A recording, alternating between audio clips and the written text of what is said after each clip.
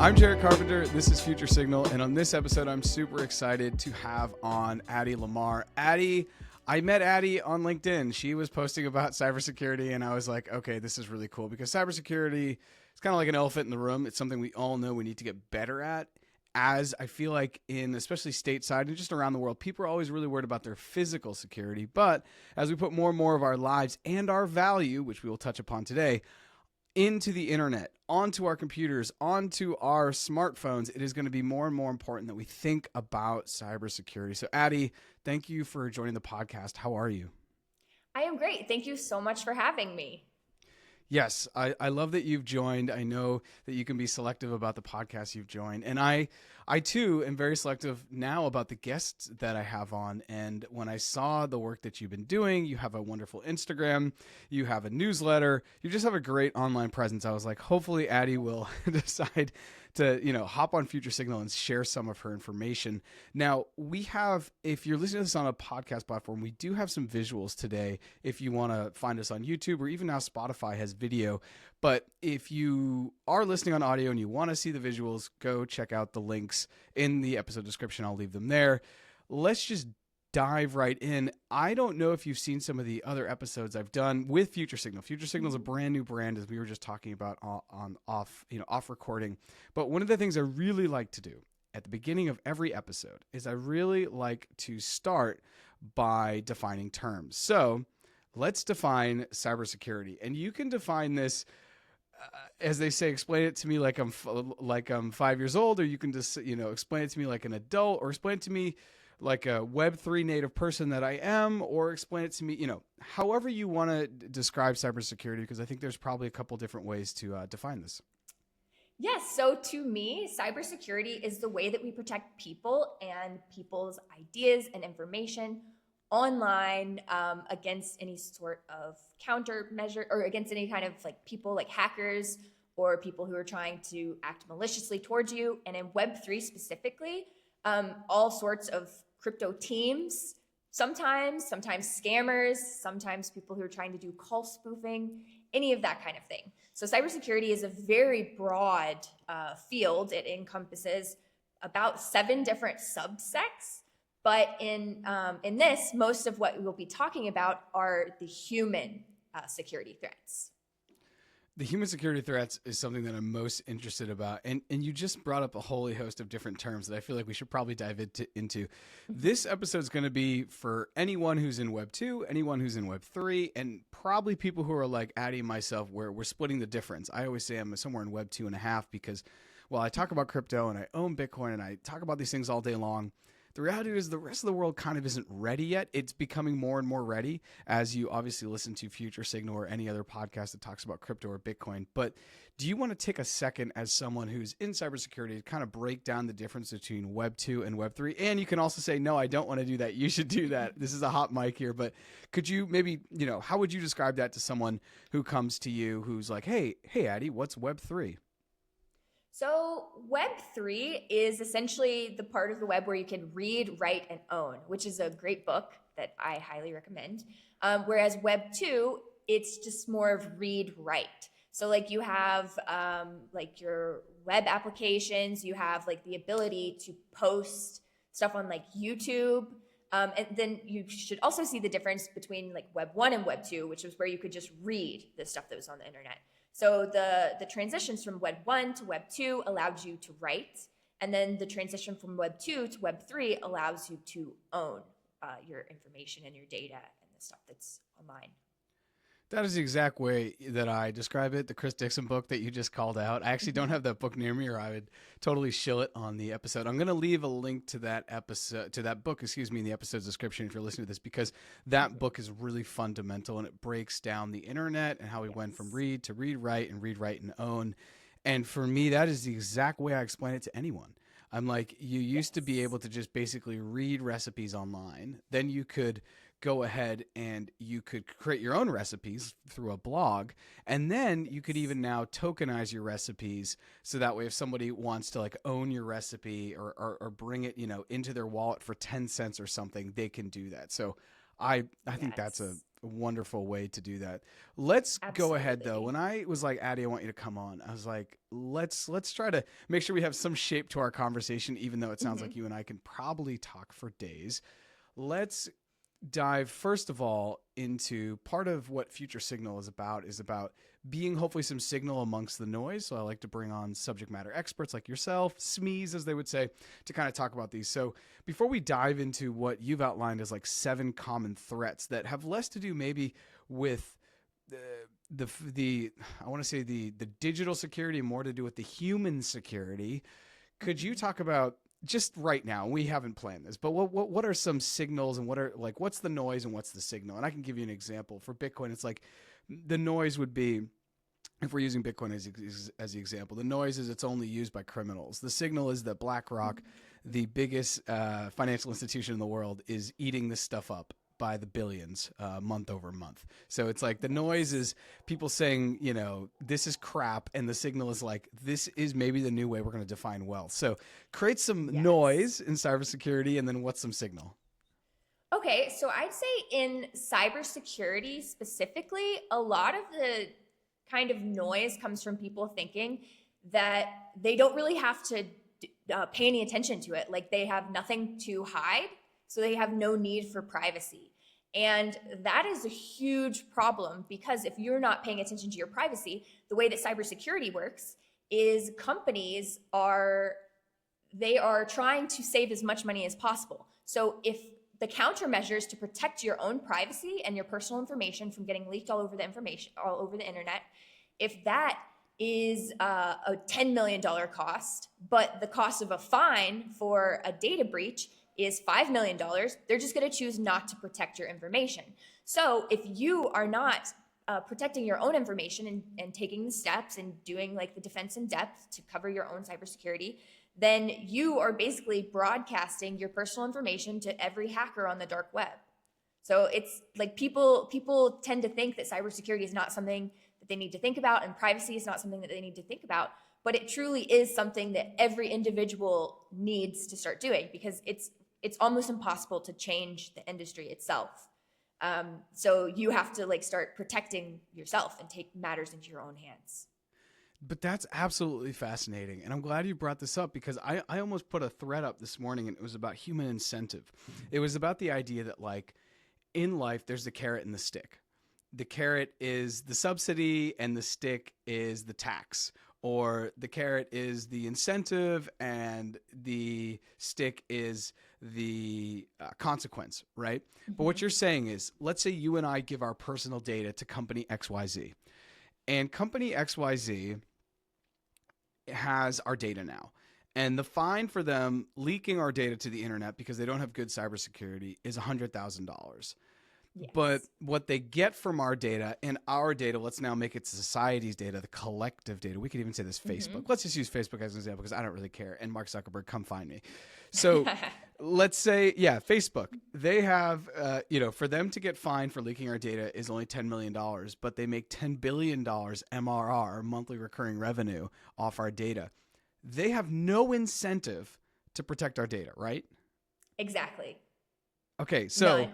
Knowing this, how do you and I guess we are gonna dive into this, but like, I know you may be giving the keys to the castle early in the episode, but it's like, how do you and I then protect ourselves? Because we want to use Facebook. You and I get value from Facebook. We live in places maybe where we weren't raised. We travel a lot. We have a global friend base, and we're on the internet where we build. So we have friends all over the world.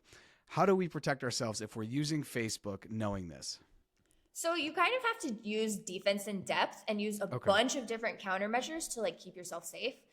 One of the best ones that you can do is using a pseudonym instead of your real name, because if your real name is broadcast to people, that kind of puts a target on your back, and a lot of people know your name and can find your information. But if you use a fake name like to engage with social media and stuff, then it's like one layer harder.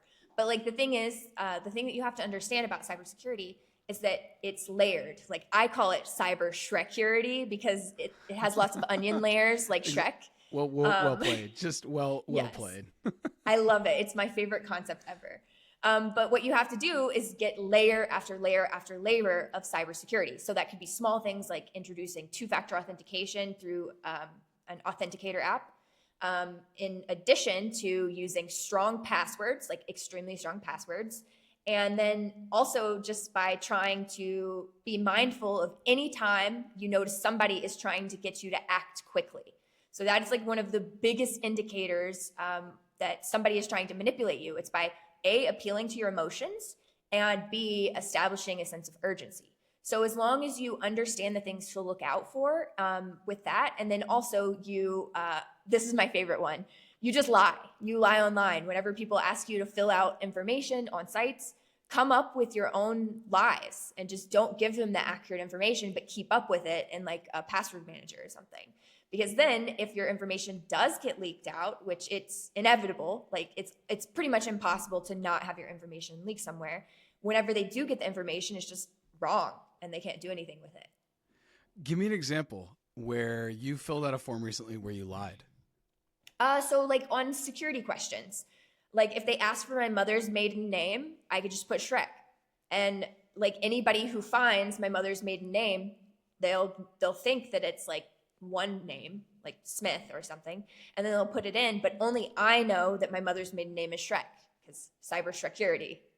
So that's one example. So like on the security questions, it's really important, but you need a way to remember your lies. You do need a way to remember your lies. One of the things, and we will get into this, I just bring it up because you brought up the two-factor authentication and using like an authenticator app, which I think is great, as opposed to having a text message sent to you, and we can dive into that as we get into the 7 common threats, is one of the people who does cybersecurity or works with our CISO at the company I work for. It's a digital company. He said this was his tip, and I love it, and I'm sure maybe you employ it as well. He uses something like a BitVault or any one of these things where, you know, you're basically going to put all your eggs in one basket, but that's highly protected and you have a really nice password. And that's where you go to get your passwords. Now, there was one password. I think that was the name of it. And that actually did get in trouble. Is that right?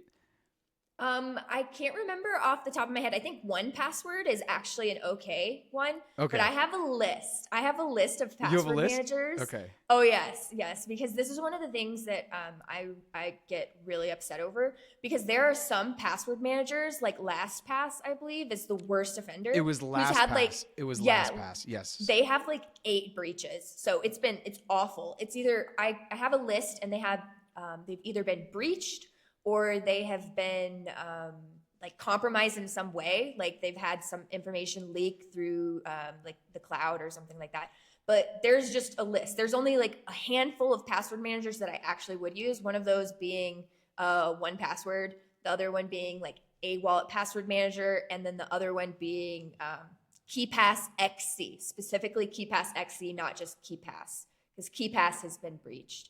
But those are like the only 3 that I actually like to use. But all the rest, most of them have been compromised in some way. Which is so ironic, because the idea is of these things is that you have one password that gets you all your passwords, and you keep all your passwords hidden in this encrypted digital vault, right? And what my coworker was saying, and I'm not going to share his name, but he was basically saying that what you want to do, or the way he has his password set up, he uses one of these all-in-one password solutions. And, you know, that password is obviously super long and encrypted, and I don't know how he creates it. Maybe uses a UB key, however he does it. But then he said, whenever I go in and say my password to my Facebook is my name 0123 all the way through 9, right? He'll put that in. So that's what he pulls. I know, I'm just giving an example. Okay. He pulls, I know, I saw you were like, ugh. But he'll pull that. I'm just giving the example, right? So then he'll take the password from this password vault, which is already behind a password. He'll use that, and then what he'll do is he calls it the dust. Then he takes a certain six numbers that he has in his head, and he puts that at the end of every password. So that way he's like, even if they break in, no one has these 6 numbers or 8 numbers. And he's like, this is what you have, and this is what you know. Have you employed that as well? That is interesting. Yes, I've heard of people doing that. That's kind of, I think the specific term for that is called salting, and a lot of password managers, a lot of password managers themselves add it to the encrypted files. So like whenever they run your password through it to encrypt it, they add a salt so that if a hacker were to get access to it, they wouldn't understand what it is because the hash would be all off. Like you understand like Yep. SHA-256, whenever you hash something, if you even change the capitalization of one letter, it changes the entire output. So by adding those like 6 little letters to the end, it completely changes the hash. So that's actually really smart. I personally don't do that because I haven't really thought to. But I'm going to start. I think it's just brilliant. And it's like, so if you're listening to this and maybe you don't want to use any of these one password things, no matter what your password is across, and I have, different passwords on different platforms, you just do that. And then you take the let's say you're a significant other was born on a said date. You take those 4 numbers and then you add maybe the numbers of your address growing up as a kid, and those are your 6 or 8 numbers that you always know. They're always going to be in your head, so you put that on. You salt. It's called salting. Exactly.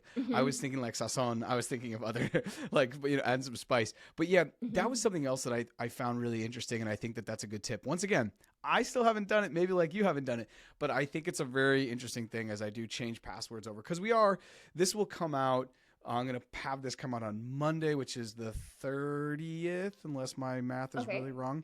But I think that at the end of a year, I know many people who are cybersecurity focused, they like change passwords every quarter. So this is a change of a quarter from Q4 to Q1. So, but as you're ready, let's dive into the 7 threats as we've called them, and we'll go from there. Let me see. That sounds great. 7 common threats. And that's the name I gave. This was not the name that Addie gave. I created this slideshow, so don't hold Addie over the coals. This is probably one that many people have heard of, but it's going to be great to break down the definition and talk about how this works. So go ahead, SIM swapping. Okay, so SIM swapping is a threat that hackers can go and speak to your cell service provider and get them to switch your SIM card with their phone. So it bypasses 2-factor authentication and allows them, if you have 2-factor authentication through text message set up, access to your accounts. And this actually happened to Vitalik like last year, I believe. He got SIM swapped, and it ended up having some hacker got access to his Twitter account, and they posted a fake wallet for like a fake NFT, and they got a ton of money. I think it was like almost $1 million. Maybe it was more than that. From people who thought that Vitalik had just like launched this project kind of early and they were just getting really quick access to it. But no, it had actually been SIM swapped. And he just lost access to his Twitter account, and it caused all this havoc on everyone else. So this is why it's extremely important to never use your text messaging as your 2-factor authentication, and to always use an authentication app like Authy or Google Authenticate. Yeah, the other example that happened, and just if you're listening to this and you don't know who Vitalik Buterin is, that's totally cool. He is the founder and creator of Ethereum. And so in Web3, in crypto, if he tweets something, it is very important. And for people who are looking to get NFTs, I could see where that would be an absolute mess, because they're going to be like, oh, this is so real. Let me get in. Let me swap my ETH for this NFT. I think the other one that happened this past year happened on just January 7th, 8th, or 9th. And I only know that because the Bitcoin ETFs were approved on the 10th of January. And it was when Gary Gensler, I think, also got SIM swapped because they got a hold of the SEC Twitter, I believe. I think that was through a SIM swap as well, just because it was one of those things where you can, the most valuable thing in the world, I tell anyone, is not Bitcoin, it's not crypto, it's not real estate, it's information and your arbitrage and speed to that information. So people sitting on Twitter saw that and they started buying Bitcoin, and Bitcoin like exploded. So someone could have put a put on Bitcoin saying, hey, I think it's going to go up 10% in the next day.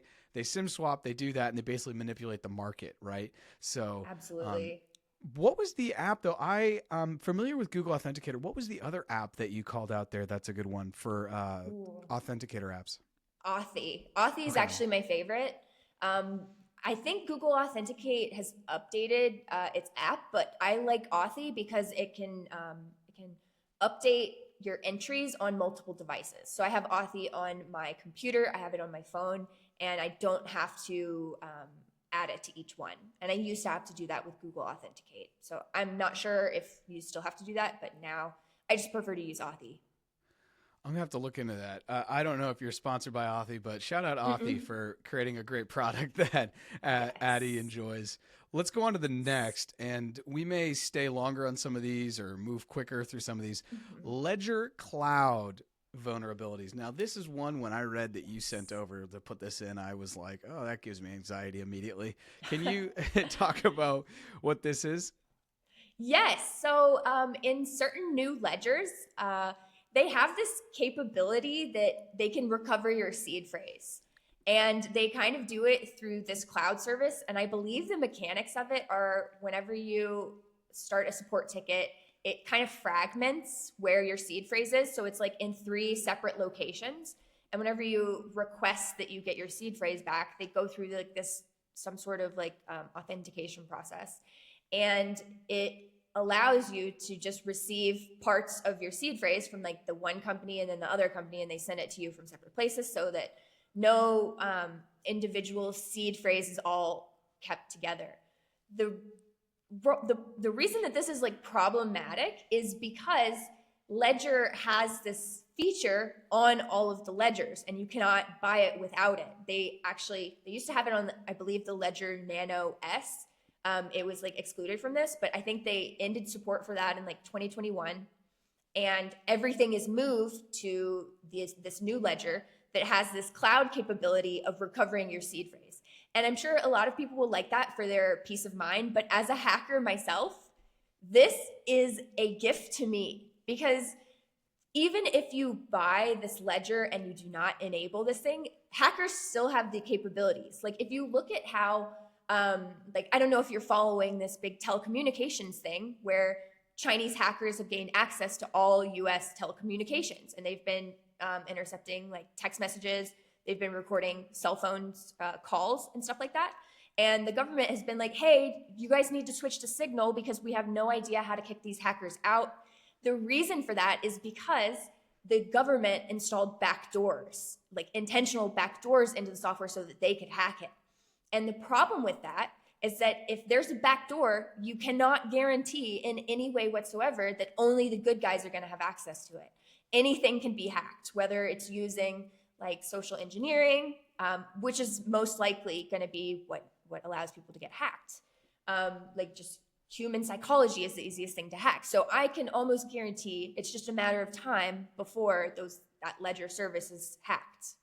And they say that it's like super secure and stuff, but like as a hacker myself, I would never put my faith in that. Yeah, I'm an owner of a ledger. I've used Ledger since 2017, and when they came out with that, it was like a bombshell. And one of the most interesting things about this, and you're someone in crypto, so you probably followed this as well, was that Ledger came out and they said we're going to do this seed phrase fragment situation where if you turn it on, the capability we're going to be able to access, and as you said, divide your 12 words, for example, into 4 words, 4 words, forward. They won't ever be in one place. In the event that you lose your seed phrase, we will be able to go and recover it for you. Okay. That got a lot of flack. And even today, it gets a lot of flack. And you're saying, look, once you create a backdoor, essentially, who's to say who's going to come through it, right? Exactly. The most interesting... Yeah, go ahead. Ledger already kind of lost their trust with me as well because of their data leaks that they had.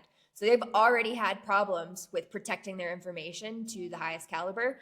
And that resulted in tons and tons of extortion, tons and tons of hackers reaching out to their customer bases, because the information that was hacked in that time was their customer list and their fulfillment area. So it got like their phone numbers, their real name, their addresses. And so if you're buying a ledger to store your cryptocurrency on and it's going to those specific places, that is very, very bad information, like your physical address, for hackers to have. Yeah, I still use Ledger, as I just said, but I get worried about it. But one of the most interesting things for me about Ledger is the marketing side, the narrative side, because Ledger comes out and says, we're going to do this fragment thing. I don't know if you saw, but BitKey, Jack Dorsey's little trinket where you can put Bitcoin on, has the exact same thing, but people love it. And so it's like an interesting marketing thing. Have you seen this? Have you seen with the BitKey? I actually haven't. Yeah, it's a new thing. It looks like what's the geometric thing, like an octagon or a hexagon maybe. Oh. It's kind of sexy looking. If you want to, you could search it right now and bring it up. I don't want to get away from the share of this because it will mess things up, but you know what, I'll bring it up because I think it's an interesting thing for us to do. And if I mess up the share, I mess up the share here. It's just it basically has the exact same technology that, and I'm sharing it now. It basically has the exact same technology that Ledger has. It looks super slick. I think that thing, that the circle you see on screen, I think that's for your fingerprint. It has some other cool stuff. It's USB-C. Anyways, all of this glitz and glamour, but it has the exact same, as you can see from the makers of Square and Cash App, totally a Jack Dorsey product. It's called BitKey. It's all over the world. And Bitcoiners are kind of split down the middle. Some people love it because they think Jack Dorsey is like a saint, but other people are like, dude, this has the exact same potential faults, and this is just strictly built in. I think everyone is on that. You can't like opt out. It's not like Ledger where, for example, I've opted out. I've never opted in. I've never clicked that button that, yes, I want this seed phrase thing, even though you're saying, look, that doesn't matter. If it's built into the hardware, it doesn't matter whether you opt in or opt out. There's a hacker could get in and opt you in. So anyways, it's beautiful. This is gorgeous. It is. You can tell Dorsey did it. I mean, it just looks so good. It probably fits perfectly, literally, in the palm of your hand. It's the website itself is beautiful, and I love a good website. It's probably you could probably touch it to your phone, and it works. Bluetooth. It's got basically all of the bells and whistles that Ledger has. And anyway. But one of the things about this is, like I said, and please dive into this later, and you can do a video on this and, comparing the two, because I think it's a very interesting thing, was the marketing. Because people love this, but for me, it has the exact same security risks that I see with the Ledger, whatever that thing is called that Ledger does. So this is really good to call out, though, for people who are in crypto. Yes. Yeah, that's incredible marketing. And I would say that the reason people are flocking to it is simply because of the marketing. Not like the security of it. I have not done research into this, so I could be wrong, but like just the nature of having that capability of other people accessing your seed phrase is just a recipe for disaster. Total recipe for disaster. Let's move on to some more disasters in the common threads. Call spoofing, and we even have an asterisk on this because we're going to add some extra. Before you actually go into this, I want to share that I had an episode on the previous iteration of this podcast where I talked about how I was basically call spoofed. And if you want to run through that as an example, you can, but I'm going to leave that link in the episode description where you can listen. And that was about a 33-minute call, and I even recorded about 15 minutes of it. And if you watch the episode, you'll hear the 45 seconds that I decided to add in. But it was really quite crazy. And if you want to talk about that, that's cool, because I hadn't considered that it was someone else in maybe either a different language or a different U.S. accent that wouldn't have felt so comfortable for me. I would have been like more red alerts if it was a accent that wasn't maybe stateside. So yeah, call spoofing. To dive into it, you have my example, please. Yes. I will use your example in just a moment. I have a different example to first kind of illustrate like specifically how these people are doing it in a way that like really engages the senses. So like call spoofing is a thing that's allowed by telecom communications or telecom companies, because they have not felt like updating it, the security on it. They just have not felt like all getting together and doing this. So this is still allowed. It's illegal, but it's still allowed by the technologies. So if you are a person and you use a cell phone, you can call somebody else's phone number and it appears on their caller ID as someone else. So for example, like I live in Mexico right now. So if somebody wanted to extort my family or something, they would just call my grandma. They would have an AI voice cloner thingy, and then they would be maybe somebody like in Nigeria or something, and they would be speaking in their normal voice, and it would come out as mine because there's AI voice generators. But they would call my grandma and be like, hey, we have Addie kidnapped. You have to send this much money. And it would come from my phone number. Like it would show up on my grandma's phone as my phone number. You have to send us this much money in 10 minutes or else we'll kill her. And that's what people are doing, like the call spoofing and the extortion. That's what is happening. So people, like I said before, the first red flag is if somebody's trying to get you to act urgently. They're trying to appeal to your emotions, because whenever you have your emotions like heightened and you think that time is of the essence, that brings up your lizard brain and that shuts down any of like your critical thinking. So what they're trying to get you to do is act quickly so you don't actually fully think through the stuff, because most of the time if you do, it doesn't make sense. So what happened in the example with you was somebody called pretending to be Coinbase support. And they were going through and they were trying to build rapport with you. And as a hacker, that's like one of the first things that you do to build somebody's trust and get them to put their trust down. You have to like establish conversations with them. But most of the time, if somebody on a customer service call, they wouldn't be trying to establish rapport with you because they don't need to build trust, because they just already inherently have the trust because you're calling them. So that's like a very common thing that hackers will do. But what they could do is basically spoof Coinbase's phone number so that if they called you, it would show that it was calling from Coinbase's official number. And it's just very simple to do. I think you just need an app for it, although it's illegal, so don't try that at home. But people can call you and do like the house calls from Coinbase, and it'll show up on your caller ID and everything. And it doesn't matter where in the world they are. They can sound, they can have like an American accent, like the guy who called you did.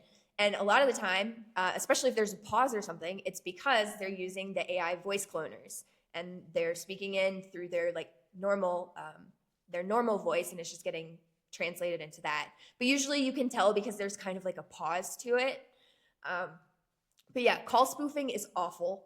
It is a great way for hackers to like steal your money from you and think that you're about to get kidnapped or somebody that you love is getting kidnapped, especially if they know your phone number from that ledger hack and they know that you have crypto. They're like, send me Bitcoin in 2 hours or else I'll do all this other stuff. And that also leads us into sextortion. So that is something that's extremely common. So if you ever get some sort of email, and usually the email subject line will be your name and your address, and it'll have like a little attachment in a PDF. Never open that attachment in the PDF because they could install malware on you and actually like a keylogger and actually steal your crypto that way. So just don't open it. But a lot of the times what they'll do is they'll include this really long letter about how they hacked into your webcam and they've been watching you surf the web, and maybe you went to some adult sites and they got you on camera doing something that would be embarrassing for them to share. And if you don't send them like $10,000 or $500 in Bitcoin by this specific day, they're going to send it to everyone that you know. And they aren't actually ever going to do that, just so you know. So don't actually get scared if somebody tries to sextort you. But call spoofing, the data leaks, all of that stuff really feeds into that. And that's why people need to be protecting their privacy. That's why you need to be using different passwords on different applications and stuff like that. The example that you gave there is literally a Black Mirror episode for those that watch Black Mirror on Netflix. I don't know if you've seen that episode, but it's a fascinating episode. And the call spoofing is crazy. I have my voice all over the internet. If someone wants to take my voice and get a really good voiceover using AI, like they have hundreds and hundreds and hundreds of hours of example, so they can get really good to the point where with most of my friends and most of the people I know, we're starting to create codes. So there's certain things that they can ask that only we'll know, that inherently we'll know, and they constantly change. And I could dive more into what we do, what the code is offline if you're interested, because that's kind of an interesting one. But call spoofing is one that is definitely taking over. I had a good friend, this must have been less than a week ago. It was, it was right before Christmas. He called. He's freaking out. He's like, dude, man, I almost just got taken. Like you said, with the lizard brain, the guy turned him into lizard brain where he was just in fight or flight. And he was like, how do I, solve this situation the quickest? I'm so worried about losing my crypto. And he's like, I snapped out of that. I thought through it. I put the guy on mute. I settled down.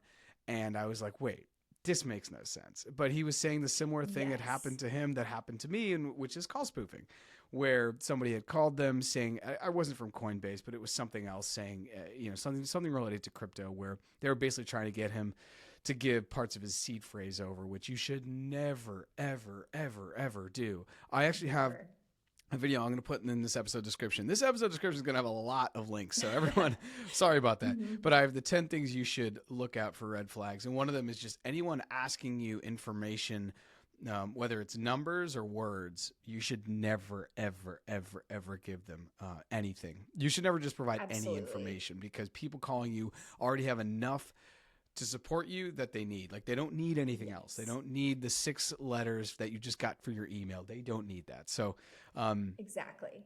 Yeah. Oh, and there's one thing important. If somebody does call you from a call spoof number, it doesn't work the other way. They cannot take over access to somebody's phone call. So if you believe that that somebody is call spoofing you, just end the call and then call that number back and see if they were the ones who called you. And most of the time, it's not going to be it. So that's if it's an actual support call, they're not going to be upset at you for hanging up and calling them back. You'll be able to get in touch with them again. But if it is a fake call, then you won't be able to get in touch with the same person that you were speaking with before. So that's a really good countermeasure to kind of allow yourself that time to stop and think. You just hang up the phone, just like sit there. Am I in my lizard brain? Let me figure out what the problem is here and just call this number back and see if the problem still exists. That's great. And in fact, what we should probably do is, let me think. And I already forgot what the first common threat was, because I've just got so deep in this, and I can talk about this. For SIM swapping, right? Make sure you're using Google Authenticator or Authy or some kind of app. For Ledger cloud vulnerabilities, consider maybe something outside of a Ledger, just because if they do have a backdoor that's already in the hardware, there's nothing you're going to be able to do to stop that. And then call spoofing, just hang up and exactly. Okay, cool. It's good probably we add these things. And the other thing, I actually wanted to talk about this with the sextortion, and I did an episode on this as well, was pig butchering. I'm sure that you've come across this a lot. Do you put pig butchering here? Should we talk about it now, or should we maybe leave it for another one of the threats? I forgot what the other threats were. Me too. I haven't. Now that we're deep in this, and all I can think about is, well, let's just talk about it now. Super. Unless you want to, are you looking at the list? Because yes. Yeah, we can talk about it now. Yeah, because pig butchery is something else, and I've also done another episode, so that will be down in the episode information. But I did one on this because a lot of it has to do with Bitcoin. A lot of it is used with crypto. Yes. Now, this is where I think it's really important we call it that crypto is the medium of exchange. Crypto is not necessarily the scam. The scam is social engineering. The scam is getting someone on the other side of the phone to believe something that's inherently not true to your advantage, so that way they send you money. But pig butchering, for me, I knew nothing about this until like 6 months ago. Went down the rabbit hole, created an episode about it. But it's billions and billions and billions and billions and billions of dollars, and I can only imagine that that's going to grow as the incentive grows, as we talked about at the beginning of this. What's your experience been with pig butchering? Probably supporting people to maybe get out of it, or what does it look like? Yes. So one of the things that I get requested the most often is from people who have lost all of their money to this scam. So I've worked in crypto for like years. I think I've been trading since like 2017. I've worked on like 13 crypto projects. So I have a lot of like really intimate knowledge about the blockchain. I dropped out of a blockchain PhD. I have a lot of knowledge about that kind of stuff. So for that reason, people will see that, and online, they just come to me. Like every single week, I have at least one person who has sent over $200,000 to the scam. Like, it is never a small amount of money. And the whole premise of like the pig butchering scam is that they use the human psychology to establish a relationship with you, like a personal relationship with you, build the rapport and the trust, and then they get you to invest like varying sums of money into their investment app. Like, they'll tell you that they're going to be giving you crypto advising, and the problem is that the investment app, you're not actually buying any crypto. You are investing into a scam with a fake front end that's going to be showing you that you're going up with a lot of money. So then you'll be more inclined to like deposit more and more and more. And then whenever you decide that you want to withdraw it and cash in on your profits, they'll lock it and be like, oh, something happened to your account. You have to pay $50,000 to unlock it and get 75% out. And then all they're trying to do is get you to continually invest money into this fake app. You'll never, ever be able to withdraw it. And all of the money is just transferred over to them. And then they use it to actually buy crypto. So whenever you're engaging with this butchered pig scam, you're never actually buying crypto. It's just a fake front end where they get you to think that your money is going up, where you're basically just throwing it away. And it's these huge sums of money. And they'll try and tell you to like sell your property to put your money in there. It's so, so insidious. It's so bad. And I did a episode on it, but there was a really good, I think it was Vice. I want to say it was Vice. It was 60 Minutes. It was like a really good journalist piece about like what this looks like and the both sides of it. But anyway, I don't want to, we could go down that rabbit hole for a long distance, but just know, going back to if someone calls you or calls spoofing, probably hang up. The other thing I will say for pig butchering, how a lot of it starts is there's these errant text messages that will say, "Hey, how are you? Hey, I missed you the other day. How you been?" Never respond. If you don't even open it. Don't even, just delete. You can just slide, delete. That's how a lot of it starts. Yes. And so if you see something that says, "Hey, missed you the other day. Hey, how's life?" Whatever, just. Or the FedEx package with like the link.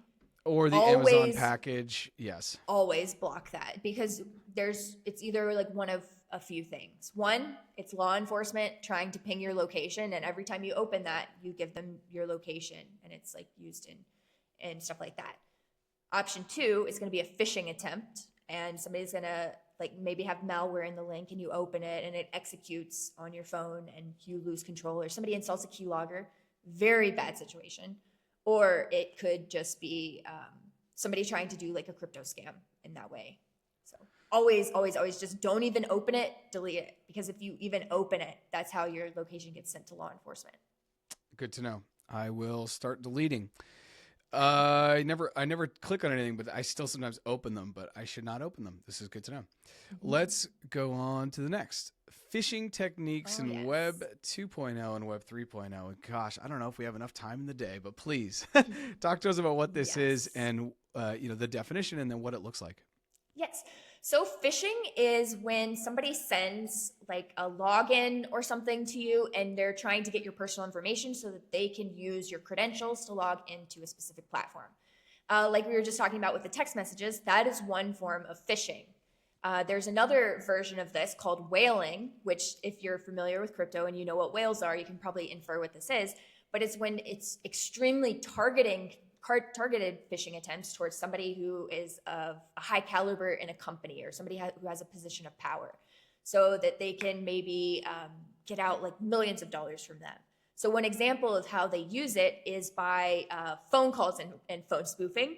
They will establish a relationship with that person, or they will do call spoofing from their boss. Be like, I think there was like this one South Korean company. I can't remember the name of it off the top of my head right now.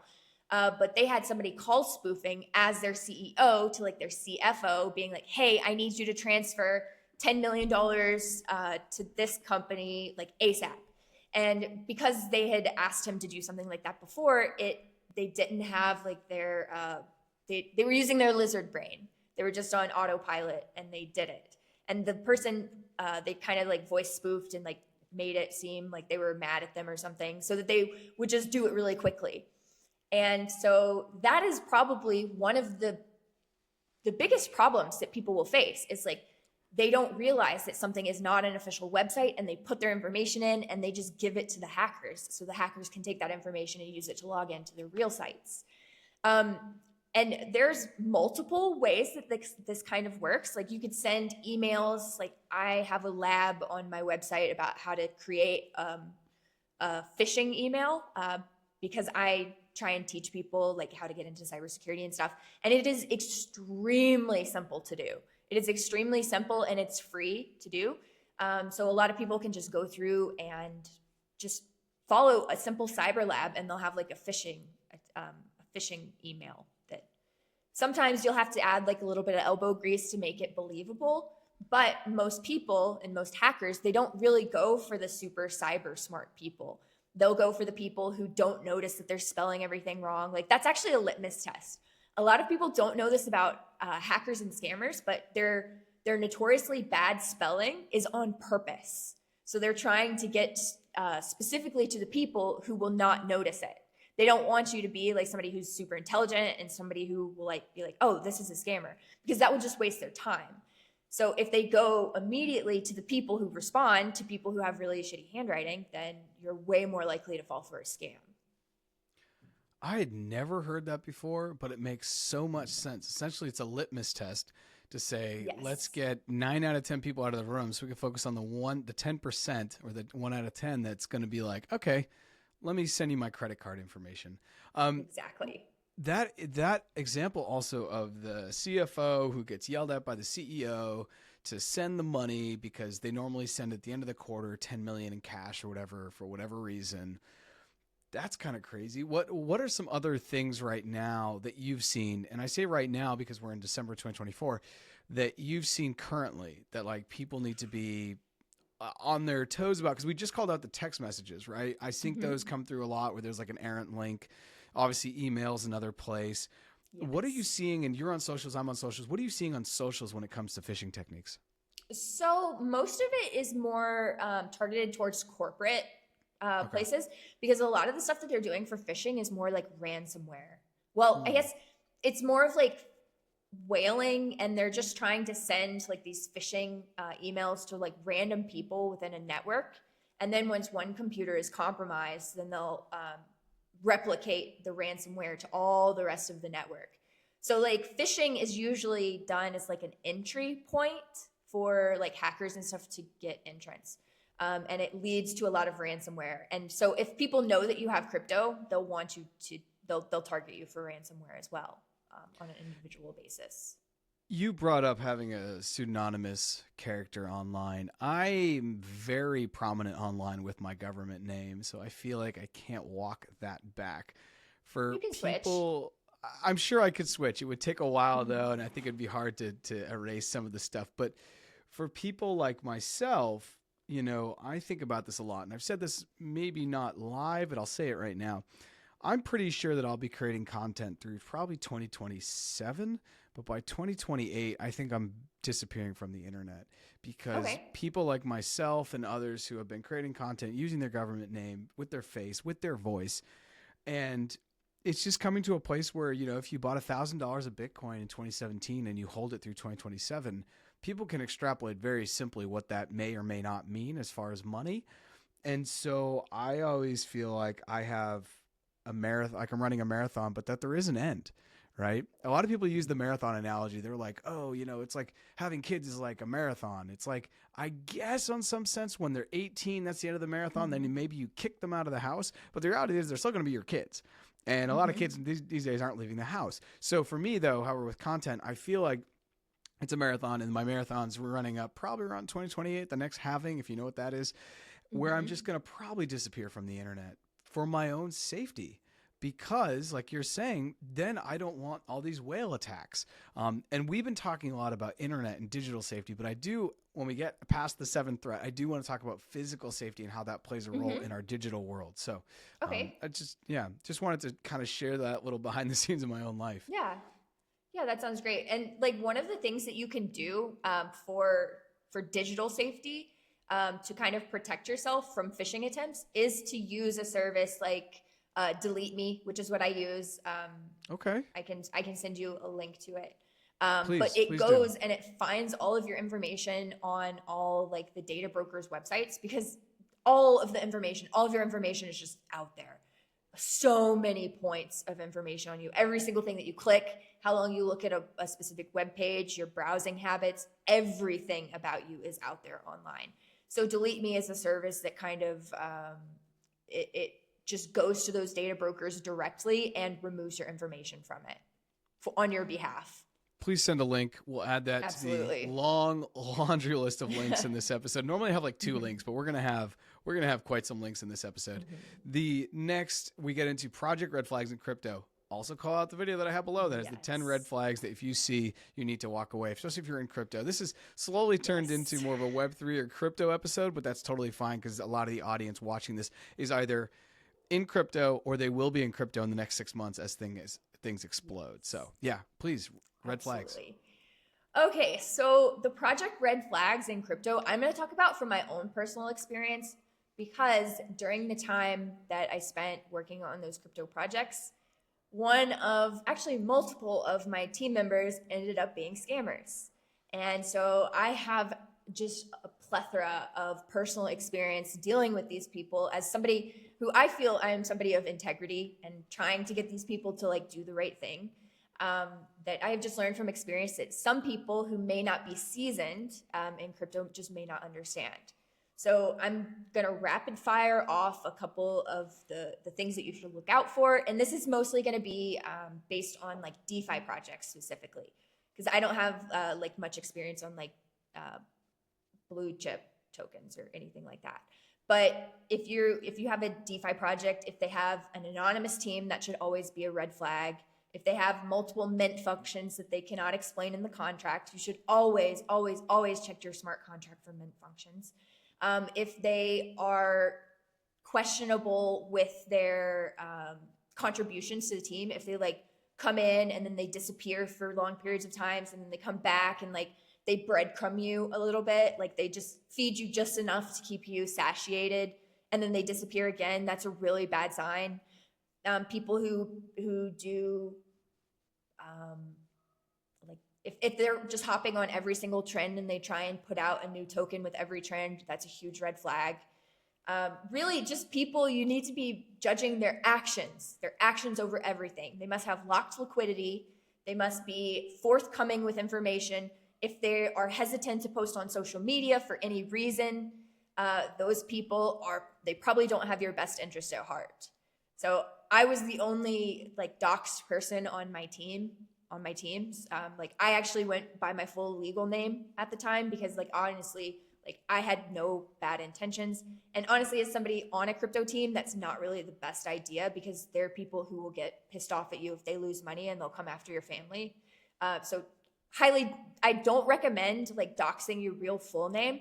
However, the team members should be doxed to someone in a way that maybe you use I'm forgetting the word. What is it when you give a third party your money? It starts with an E, but I can't think of it right now. When you give a third party your money and it sits there and oh gosh, it's when you put it in Equa. Yeah, it's something like that. Oh my gosh, why? You know what? First of all, I'm not embarrassed that this is escaping me because this is a TradFi term, and I love that. Is it? Yeah, but the idea of putting it in escrow. Escrow, that's what it is. Escrow. Yeah, it's a TradFi word, yes. Yes. So like one way that you can kind of get around like the teams being completely anonymous is having like an oh shit escrow account with their identities. Because like the ways that I've seen the crypto project team people like trying to scam people is like starting this project, having like these crazy marketing goals and like hitting it continuously, and then just one day disappearing. Like one day just going away, not really doing any rug pulls or anything, but they just decide they're not going to work on it anymore. They don't care about the people's money who's locked up into staking. And so there's so many red flags that people on crypto teams have, especially if they like, I should have known, like, honestly, looking back on the crypto projects I worked on, like I lived with the scammer. I was traveling with him and like, yeah, it was such a bad situation. But sometimes they will start out by, like they have this specific personality where they'll come in and they'll start making these excuses for why they behave a certain way that they are. Like the example that I had was my team member kind of lied about being schizophrenic. And I know that he lied about it because I lived with him and it for like years. We were best friends. We were like traveling together and stuff. And I did not even realize that he was doing this under me, but they set up all these backstories so that you feel bad for them and you don't see it coming. And then you'll just be willing to excuse all their weird behavior as like some quirk that they have because of their situation. So like, I'm not saying that people coming into your crypto project telling you that they have mental health struggles or anything is a red flag itself. However, if it is always a convenient excuse for the shady things that they're doing intentionally and consciously, then that is a huge red flag. And you should definitely avoid people like that at all costs. I'm sure that was a tough situation for you to deal with on the out if you were spending that much time with them for years. I have my own Mm-hmm. experience building something with someone who was like family to me, and it didn't work out, and it really sucked, and it still is like not something that's exciting. But even though I learned No. more from that relationship and more from that experience than I could ever from a PhD in business, um, it's just kind of Exactly. like, you have to go down those paths. So yeah, the red Mm-hmm. flags, I'm always really surprised too that there are still people that have teams that are undoxed. Undoxed basically means you have no idea who they are. They're not even using their pseudonymous name. Like there's a lot of people in crypto who are using pseudonymous names that are very famous. Plan B, probably one of the biggest if you're in Bitcoin. He's been putting out his Plan B stock to flow model since 2019, I want to say, but no one knows Mm-hmm. who he is. He's clearly English is not his first language. You can hear his voice, you never see his face, type thing. But there's Mm-hmm. too many projects, I think, that are built in crypto. So if you're listening to this and you're in crypto or you're getting into crypto and you look at a project and you go to their website and you look at all the people who are making it, I would say if 80% are undoxed, just walk away. Just walk away. And that's Mm-hmm. in my 10 red flags. That's one of them, is if there's any doxing. And for me also, if you're new to crypto, red flags in crypto, I could go through all 10, but one of the other things is if they're promising an APY that is, annual yield on your money that's over, for me, 15%, it's not going to last 6 months. I've Mm-hmm. rarely seen those things last 6 months. I lost myself a good amount of crypto back in 2021 getting into Wonderland because I was like, oh, I'll make $1 million in 6 months if I just put in $5 today. And that's really what it looked like. But that's because it was a scam, it was a scheme, and it was backed by people who had done other stuff on the internet. I just didn't know because they weren't doxxed. And so if you can't see who's making, who's building this stuff, there's something to be said there. And I will say that is the flip side, and where I don't mind having my face and my government name and my voice out there, because I hope to build some kind of like real rapport with people so they like know that they can trust me and on some level. Not Right. saying that even a pseudonymous name can't do the same, but I think it's like the most, it's the farthest on the curve away from undoxed, meaning no one knows who you are and you're building something. So, yeah. Exactly. Let's go to the next threat, and that was Okay. this one that's on the screen, Project Mm-hmm. Red Flags in Crypto. We could literally spend 2 hours on, but let's move forward. Not your keys, not your crypto. Absolutely. This is super important. Yes. Please go ahead. Yes. So if you do not have access to your crypto, you do not have crypto. Like that is the only thing, that is the biggest lesson that I have learned through my years and years in crypto. If you do not have custody over your crypto, it's not yours. So that could be taken a lot of ways. So really what I mean is that you should have self-custody. If you are using an exchange, you should only really be using an exchange for a short period of time. Like you don't want to keep stuff staked because things like what happened to Terra Luna could happen to you, like yield farms, all that stuff. Like they are very vulnerable to being hacked. And so if you put it out into the ether or you put it out into wherever, and a hacker, like I'll give you an example of how one of my platforms was hacked because this happened to me one time on one of my projects, or one of the projects that we did a launch pad for. Essentially, we had some underpaid developers on our crypto project. It wasn't our crypto project, it was one that we had incubated and helped launch because one of the projects that I worked on was a launch pad. So what that does is it gives funding and buyers. It's like decentralized venture capital. So like if we find ideas that we really like, we'll launch it, we'll help them improve it, and then we'll launch it to all of our holders. We had like a couple thousand people who would sell out like these raises in like 7 seconds. So it was like a really, really successful project. But one of the ones that we did was a yield aggregator on, I believe is AVAX. And we had a problem where there was a rogue developer. Like the person who was managing the projects was not a developer himself, which is another red flag. The person who's managing the team needs to be a developer, like hard stop. But what had happened was there was a bug bounty report submitted. So somebody had found a bug in the code and they had submitted it through the bug bounty program. And what that is it, it incentivizes people to submit bugs instead of exploiting the project. But what had happened was the developer was underpaid. So whenever he saw that bug bounty, he just exploited it himself. So you just have to be extremely careful about who's on your team and what they have access to and stuff. And whenever you put your information into these projects, you have to put your faith in the developers being trustworthy. So if you do not maintain control yourself, then you have the ability of granting access to the hackers of all of your funds to be completely drained.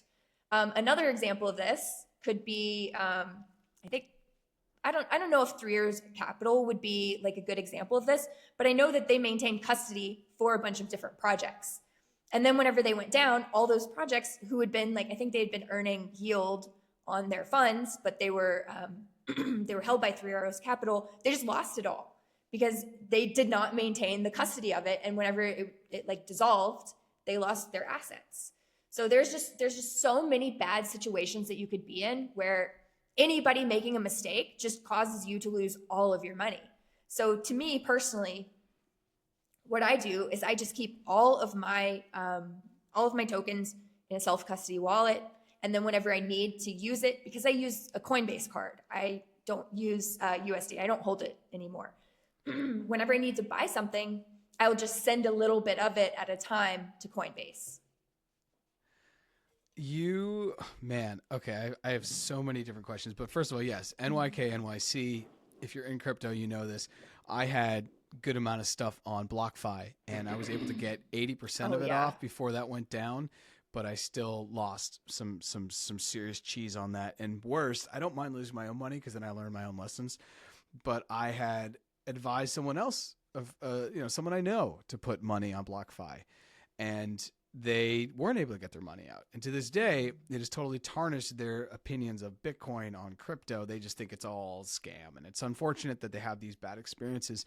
But I actually wanted to ask you, and this is not in our slideshow, but I do know that you are in Mexico and you do travel around. Mm-hmm. Can I ask, you don't have to answer this. You could maybe answer it offline where it's not on mic, I guess, as we could say. What do you use if you're not using a ledger? Do you use a mix of a hot and a cold? And how do you kind of do that? And once again, you can say, I don't want to answer that. That is totally fine. Yeah, so I would prefer this not to be on live because... That's fine. Don't answer it.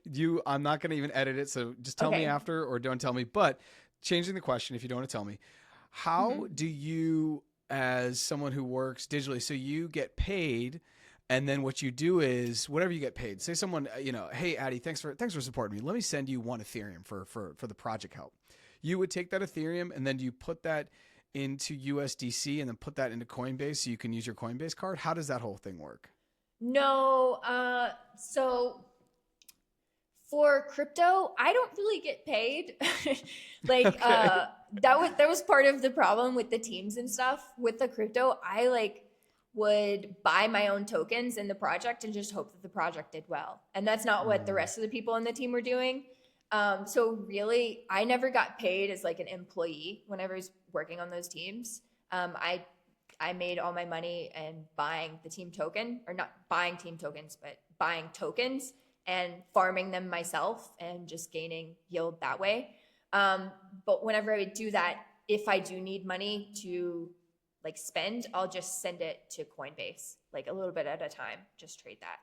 And then you just use your Coinbase debit card. Mm-hmm.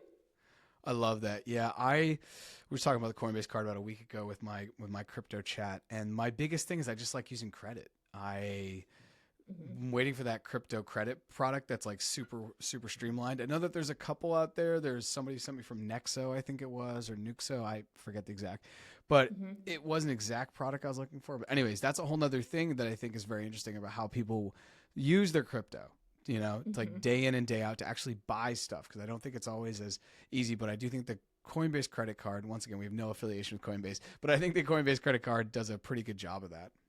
Mm-hmm. Yeah, it does a great job. I'm a person who is kind of more hesitant with credit because I hate banks. But if they ever had a crypto credit card, I would go for it immediately.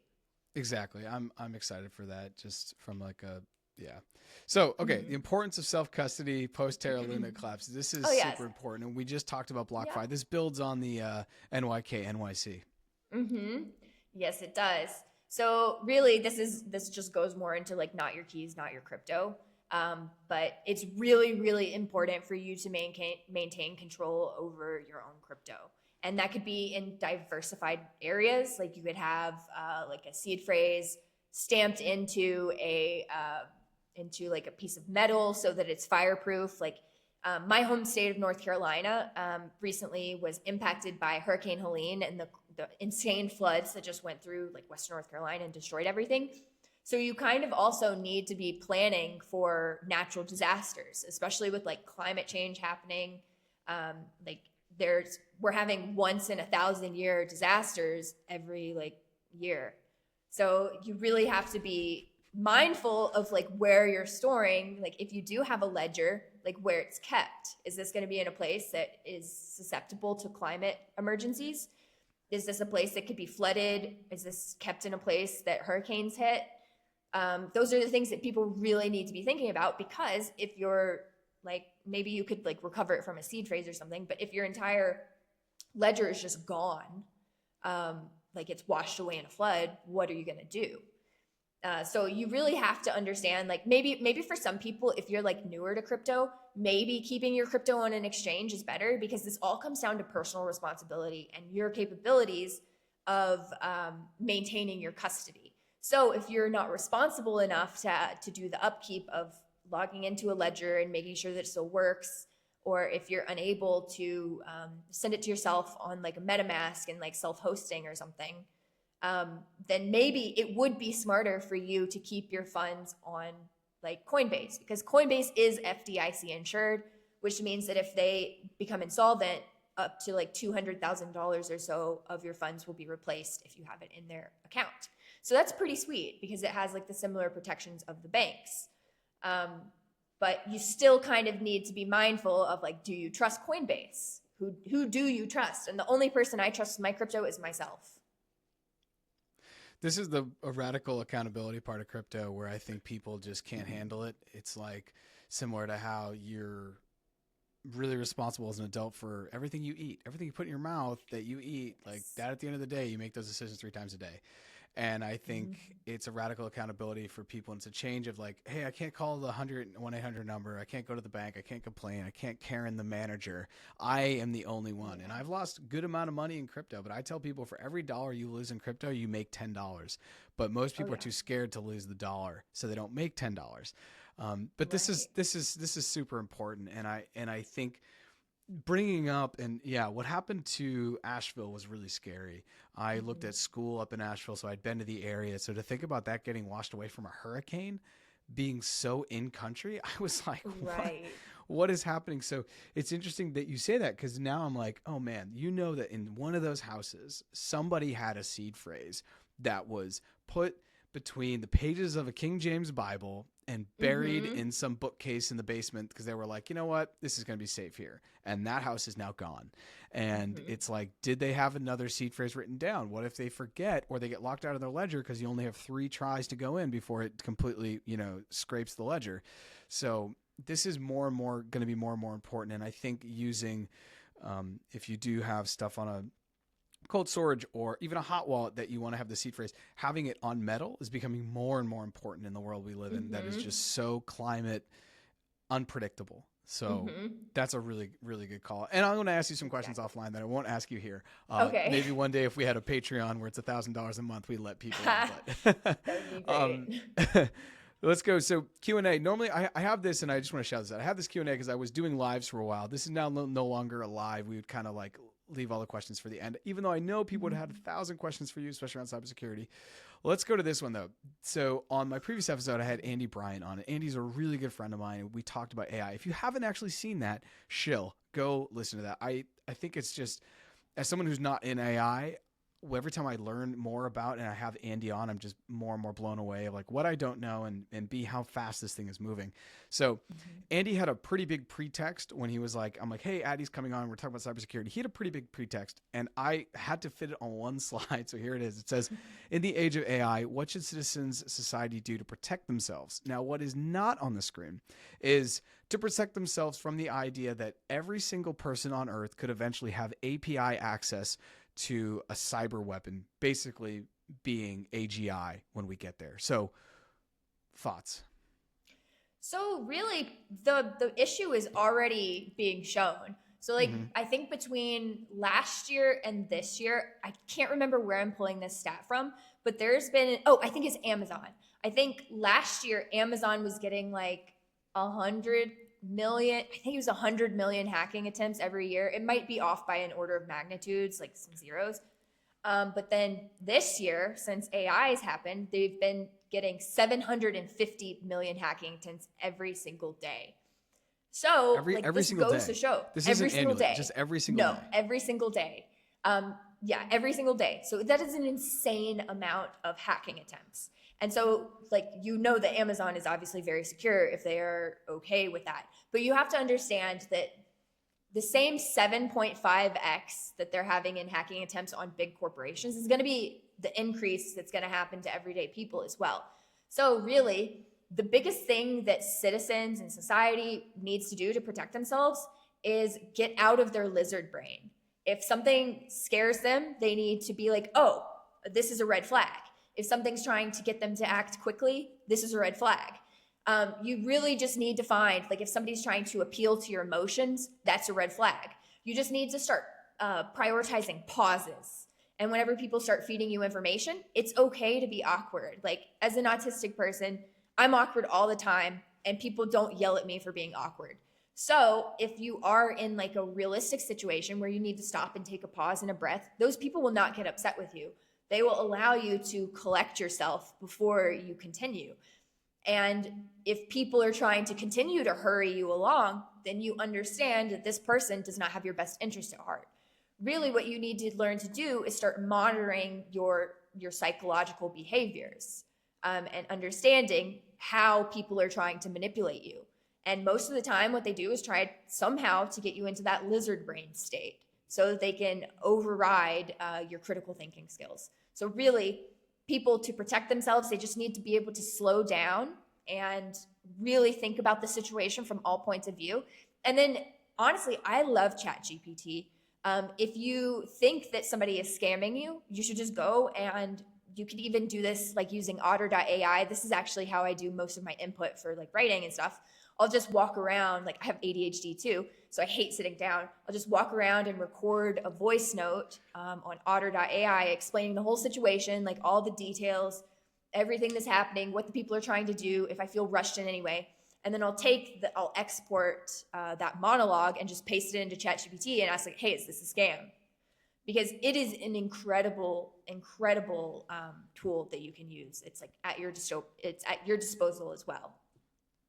I love that you just answered how we should protect ourselves from AI by leveraging AI. I think that's pretty great. And yeah, I love the idea of just slowing down. I think we don't do it enough in our world. And you seem like someone who, when you have the most productive calls, you're moving. Same. I actually, with my boss at work, we talk about having calls where we're both moving. We're like, all right, let's go out and walk around and we'll talk, because it allows like our body. It's more of a holistic integration between our brains and our body, which is so important. And I think when you're getting the best out. So anyway, that was a great answer. As you can imagine, now the pressure's on you to ask the next guest a question. So my next guest is going to be Kate Porter. Kate is going to come on. Normally, most of what I like to do here on Future Signal is talk about a big focus on crypto, Bitcoin, and AI. And obviously, cybersecurity plays a role in both of those. So it makes total sense to have you on. Kate, however, is someone who's worked in Web3 and in crypto for a long time, but she was unemployed for like 8 to 9 months. She was working for Fidelity Digital Assets. She got laid off. And she went through a 9-month to a year-long process of getting rehired. But she basically documented it all on LinkedIn. And it was really fascinating to watch. And from the like I went through 7 layers of interviews and then they ghosted me, to I had 3 interviews and I thought they were great and I was told I was a finalist and I wasn't hired. And like Mm-hmm. I've been watching it, so I'm like, hey, do you want to come on and talk about what it's like to get hired in the world now? Like, because now it's not just about your resume, it's about what your LinkedIn looks like. Right. It's about potentially if you're going the career, it sounds like you're kind of more of an entrepreneur, right? And you have your Mm-hmm. content creation and you have your own brand and stuff like that. But for people who are trying to get hired, we're in a whole different landscape. So she's going to come on and we're going to kind of talk through some of that, because she Mm-hmm. has real world experience in getting hired in what is becoming a more and more competitive landscape. So I don't know if you want to add in a cybersecurity into that or add in Yes. some privacy, but Hmm. feel free to ask Kate a question and then I'll, pass the ball to her when she's on next week. Okay, so the question that I have is, what was the biggest needle moving activity that helped her get hired with her personal brand? Like, what was the Okay. biggest, was the most important thing that she did specifically related to her personal brand and how she packaged herself that helped her make the switch from being looked over to being hired? Perfect. That's something I want to know as well, because I feel like people want to know that. And if you spend enough time on LinkedIn, as I know you do, you see more and more of the open to work, and you see more and more people that are looking for Mm-hmm. that. Because I'll just say something on personal brand. Personal brand, I see it as like abs. You have to really work a long time to get a personal brand. If you want Mm-hmm. to go, we're in December. If you and I, for example, want to go to spring break with our friends in March, we can't just hope to maybe have abs by March. We probably should have been Mm-hmm. working for a year. So personal brand is one of those things. I think of it like abs, where you have to work to get it, but it's also like if you want it, like the second you need it, Yes. you're 2 years behind. So I Mm-hmm. think especially today, you need to have like, Oh, yeah. gotten the runway and the proof of work together. So that's a great question. Absolutely. Yeah. Oh yeah. Yeah, those are all deposits in your leverage bank. That's like, I use an analogy for it because Ooh, I like that. I refer to that as like the leverage bank. So like I feel like, I don't know, a lot of people don't realize that you can like really speed up your personal brand by making deposits into your leverage bank by creating content. So like that's a really good way, like I found for myself, to kind of try and establish myself as a thought leader. So like creating like 4 reels a week is like, that is kind of like a speed run for me. So I'd really be interested to see what she says, because I still haven't been hired by a like an actual Web3 company. Well, if you do want to get hired by a Web3 company, we could talk offline. I just know because I have great headhunters who I've met along the way, and Oh, I've nice. passed them people and they know me, and some of them have been on the podcast, and it's just kind of like, so we can talk more offline. But what I actually want to do, and we could have taken this in another direction. I know we talked about maybe talking about some other stuff, but I want to kind of round out here. Can you actually talk about where people can find you? And I'm going to leave all these links. I know you are on Instagram. I'm going to leave your LinkedIn, your Instagram. Where else should people find you? If info on your newsletter, a Yes. website. Okay. Yes, I have so many different things that I run right now. So my Instagram account is addielamar.sh. I have a weekly newsletter about how to improve your life using technology. So that's like, I call it high tech, high life. If you guys know anything about solar punk, it's kind of like a solar punk esque newsletter where I teach people about how to take over or take control of their own privacy and cybersecurity. I discuss basic beginner hacking things that anybody can do. I also have a second newsletter that I write for cybersecurity professionals or people who want to who want to get into the cybersecurity space. So that's another one, and I will provide a link for that as well. But the first one is Cyborg Bites, and the second one is Curious Cyber. So those are my 2 newsletters. I also create a free cyber wiki. So that's like a cybersecurity resource that people can use if they want to teach themselves cybersecurity or just like browse through it. I have some blockchain stuff. I'm actually in the process of uploading my crypto wiki as well. So I'll have more additions in that soon. I also have a website where I write for my blog. It's addielamar.com, and it has tons and tons of stuff about crypto. One of the things that I have there is why women especially need to have crypto as like an emergency account if they are in like a negative situation and need to like get out of it. they always have money that they can use to buy like a flight or a plane ticket or something like that in like the systemic oh shit moments. So I think that's everything. Okay, once again, sorry for everyone listening. We are going to bombard the episode description here. So there's probably going to be somewhere around 20 links, but I think you should definitely go check those out whether you're listening on a podcast platform or YouTube, because there's going to be some gold there when it comes to cybersecurity and all of Addie's links. And you actually called that out, and I wanted to share this, and I'm going to send you a copy. I got to figure out how to send it to you down to Mexico, but this is 21 Women in Bitcoin. It's by Becca Bratcher, and she is just a wonderful advocate for Bitcoin, advocate for women in Bitcoin, advocate for women in tech, and advocate for women in finance as well. Because as we know, Bitcoin is definitely the mix of where tech and finance kind of come together, which is really fun. If you're watching this on YouTube, please subscribe. Listening to this on a podcast platform, please subscribe. Make sure you find us on socials at Future Signal Pod. And Addie, thank you so much for taking the time today. This has been lovely. It's given me a lot of things to think about, primarily my ledger. And I'm looking forward to, continuing to connect with you. Oh, thank you so much for having me. It was an amazing podcast.